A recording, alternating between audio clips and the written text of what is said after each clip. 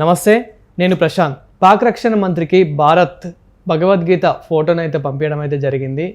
మరి దీనికి మంత్రి ఎలా స్పందించారు, ఎలా రియాక్ట్ అయ్యాడు అనే విషయాలు అయితే తెలుసుకుందాం. దీని గురించి అయితే మాట్లాడేందుకు ప్రస్తుతం మనతో పాటు సీనియర్ జర్నలిస్ట్ జయదేవ్ గారు ఉన్నారు. నమస్తే అండి. నమస్తే అండి. సార్, పాక్ రక్షణ మంత్రికి భారత్ భగవద్గీత బుక్ని అయితే పంపించినట్లు తెలుస్తుంది. బుక్ ఫోటో ఏదైతే ఉంటుందో, మరి దీనికి ఎలా రియాక్ట్ అయ్యారు, ఆయన ఎందుకు పంపించాల్సి వచ్చింది?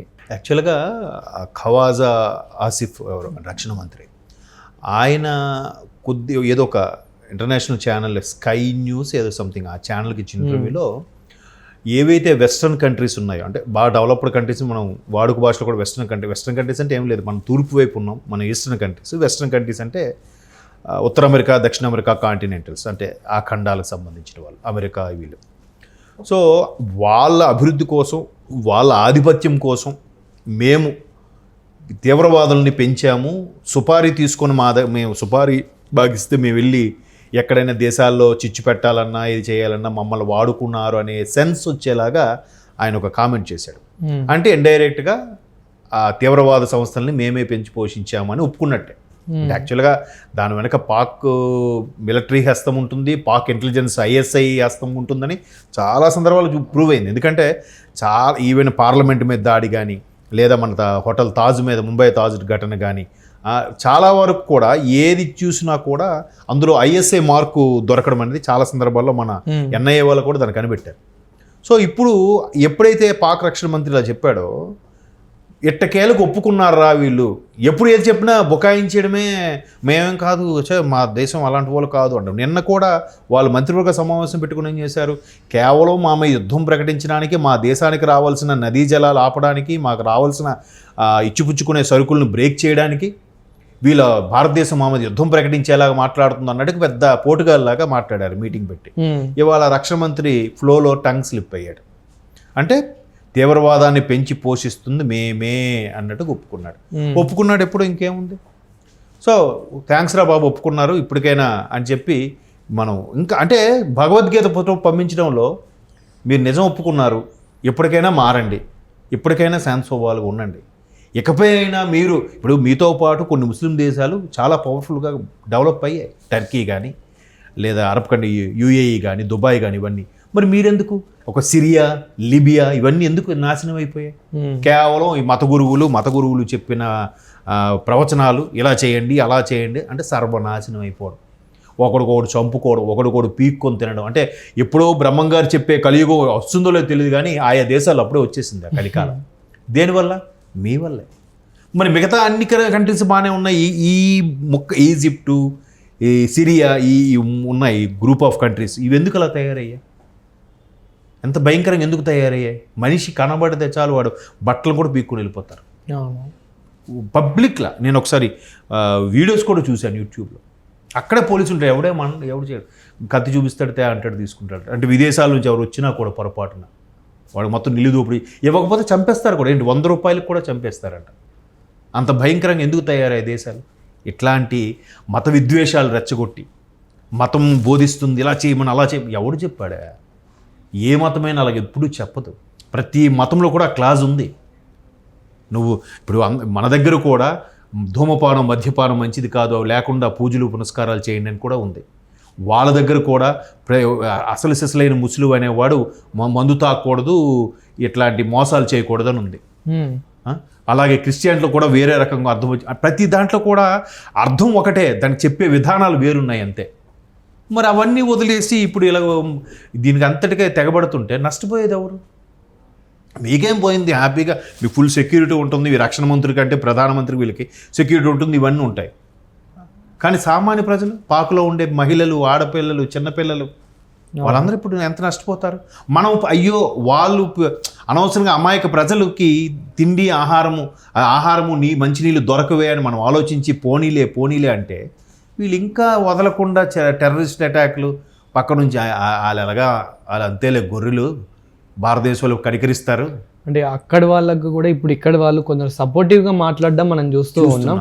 ఇప్పుడు వాళ్ళ మాట్లాడడం వల్ల సో అతను వాళ్ళలో హీరో అయిపోతాడేమో, కానీ వాళ్ళ కుటుంబ సభ్యులను కానివ్వండి, వాళ్ళ రిలీజియన్ కానివ్వండి, ఏ విధంగా చూస్తారు, ఎంత చీప్గా చూస్తారు. ఇప్పుడు ఇంకోటి మీరు బాగా చెప్పారు, అది ఇప్పుడు అలా మాట్లాడడం ఏమవుతుంది, ఆహా వీడు కూడా వాడికి చెందిన వాడే.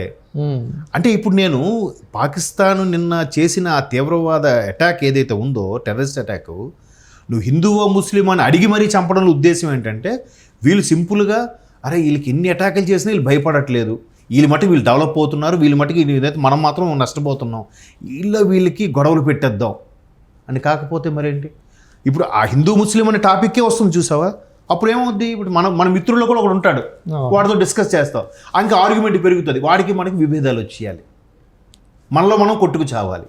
అదే ఆడి కాన్సెప్ట్. లేకపోతే ఇది కొత్త రూట్ ఎట్టుకున్నామంటే కదా, ఇంతవరకు అటాక్స్ చేశాడు, ఎక్కడికెక్కడ చంపేశాడు, వీళ్ళు లేదు వాళ్ళది అందరినీ చంపేశాడు. ఇప్పుడు కొత్తగా హిందువో ముస్లిం అడిగి చంపడంలో ఉద్దేశం ఏంటి, మనలో మనకి గొడవ పెట్టాలనే ఒక కొత్త ఎత్తుగడ. అర్థమవుతుందా? అంత దుర్మార్గపు నీచపు ఆలోచనగాలు వాళ్ళు, ఎదవలాలు నిజంగా. అంటే మీరు అన్నట్టు అటువంటి నీచ క్లియర్గా కనబడుతుంది. దాన్ని ఇక్కడ మళ్ళీ ఎవడో అస్సాంలోనో ఎక్కడో, అది ఈస్టర్న్ కంట్రీస్, ఈస్టర్న్ స్టేట్స్లో, నార్త్ ఈస్టర్న్ స్టేట్స్లో ఒకడు పెద్ద పోటుగాడ్ల స్టేట్మెంట్ ఇచ్చాడంట. అంటే ఇది కావాలనే ఎన్డీఏ కూటమి ఇలాగా అటాక్ చేయించింది ఓట్ల కోసం ఏదో అని. వెంటనే ఆయన అరెస్ట్ చేశారు. ఇవాళ అరెస్ట్ చేశారు వాడిని. నిన్న మళ్ళీ మధ్యప్రదేశ్లో కూడా ఒక యదవ, ఆ హనీమూన్ జంట కొత్తగా చనిపోతే ఆ చనిపోయినోడు మరి ఏదో కౌంటర్లు వేసాడంట. తప్పు కదా, ఆడిని అరెస్ట్ చేశారు. అంటే అరెస్ట్ చేయడం కాదు, కొల్లబొడి చేయాలి యదవల్ని. అలాంటి స్టేట్మెంట్ ఇవ్వాలంటే భయపడాలి ఎవరైనా. ఇప్పుడు కష్టం వచ్చినప్పుడు యావత్ భారతదేశం ఒకటి అవుతుంది కదా. కార్గిల్ ఘటన జరిగినప్పుడు కూడా భారతదేశం ఒకటి అయ్యింది, ఇప్పుడు కూడా భారతదేశం ఒకటి అవుతున్నా కూడా ఎంత విచ్చలవిడిగా ఎలా స్టేట్మెంట్ ఇవ్వగలుగుతున్నారు వీళ్ళు?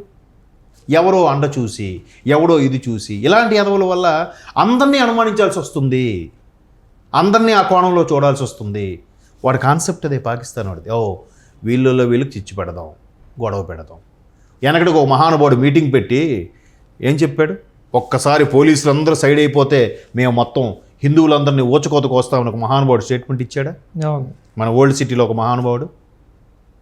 ఏంటది అంటే, ఇట్లాంటి స్టేట్మెంట్ల వల్ల మనలో గొడవ. వాడికి ఓట్లు కావడం కోసం ఇవ్వచ్చు స్టేట్మెంట్, వాడు సేఫ్గా ఉంటాడు, వాడి చుట్టూ 10 మంది మనుషులను పెట్టుకొని అమాయకులను ప్రజలు కొట్టుకు చేస్తారు. వాడి కాన్సెప్ట్ ఇది. సో ఇలాంటి వాళ్ళకి పోలే భగవద్గీత పుస్తకం ఇచ్చి మీరు మారండి రా ఇప్పటికైనా, లేదంటే నిజం ఒప్పుకున్నారు సంతోషం. ఎందుకంటే మనం ఏది కూడా మన కోర్టులు వాటిలో కూడా భగవద్గీత మీద ప్రమాణం చేసి చెప్పని అంటాం కదా. సో అట్లాగా వీళ్ళ బుక్ పంపించడంలో అదే, అంటే దాంట్లో మనం ఎన్ని అర్థాలైనా తీసుకోవచ్చు. ఆ విధంగా మన వాళ్ళు ఫోటో పంపించారు, భగవద్గీత ఫోటో. చూద్దాం ఇంక వాళ్ళు ఇంకా ఏ విధంగా రియాక్ట్ అవుతారు. ఎంత ఇప్పుడు ఆల్రెడీ ఒప్పుకున్నాడు మేమే తీవ్రవాద సంస్థలు పెంచి పోషిస్తున్నామని. ఇప్పుడు నెక్స్ట్ ఇంకేం చెప్తారు, మేము కాదు, ఇంతకుముందు ఎన్నాళ్ళు జరిగినవన్నీ బుకాయించారు, మేము కాదు, ఆ పార్లమెంట్ దాడి మేము కాదు, ముంబై తాజ్ హోటల్ దాడి మేము కాదు, లేకపోతే ఇంకేదో చేసాం మేము, మాకు సంబంధం లేదు. వాళ్ళ మూలాలు అక్కడ ఉన్నాయని ప్రూఫ్స్తో సహా చూపించినా మాకు తెలియదండి అనేవారు. ఇప్పుడు ఏమంటారు? సో ఇంక అందుకే ప్రతిదీ అఖిలపక్ష సమావేశం కూడా పెట్టి భారత ప్రభుత్వం ప్రతి పార్టీలో ఏది ఎంఐఎం లాంటి పార్టీలు కూడా పిలిపించి ఇలా నిర్ణయం తీసుకోవాలనుకుంటున్నాం, మీరేం చేస్తారు? వాళ్ళు కూడా యాక్సెప్టెడ్. ఇట్లాంటివి చేస్తే ఎవరు ఒప్పుకోరు. ఒక లోపల అమ్మో ఏమవుద్ది అని అనుకున్నా బయటికి మాత్రం ఖచ్చితంగా ఒప్పుకొని తీరాలి. ఎవడైనా లేదు అంటే ముఖం మీద ఉమ్మూస్తారు వాళ్ళని. సో ఖచ్చితంగా ఒప్పుకొని తీరాలి. భారత ప్రభుత్వం కూడా అందరినీ పిలిపించింది. ఆ నిర్ణయం తీసుకోవాలనుకుంటున్నాం, ఇలాగ ఏవైతే ఉన్నాయో అవన్నీ క్యాన్సిల్ చేయాలనుకుంటున్నాం, మనకి మతం కన్నా దేశం ముఖ్యం అనే నినాదాన్ని ముందుకు తీసుకెళ్తుంది. అది. Thank you sir.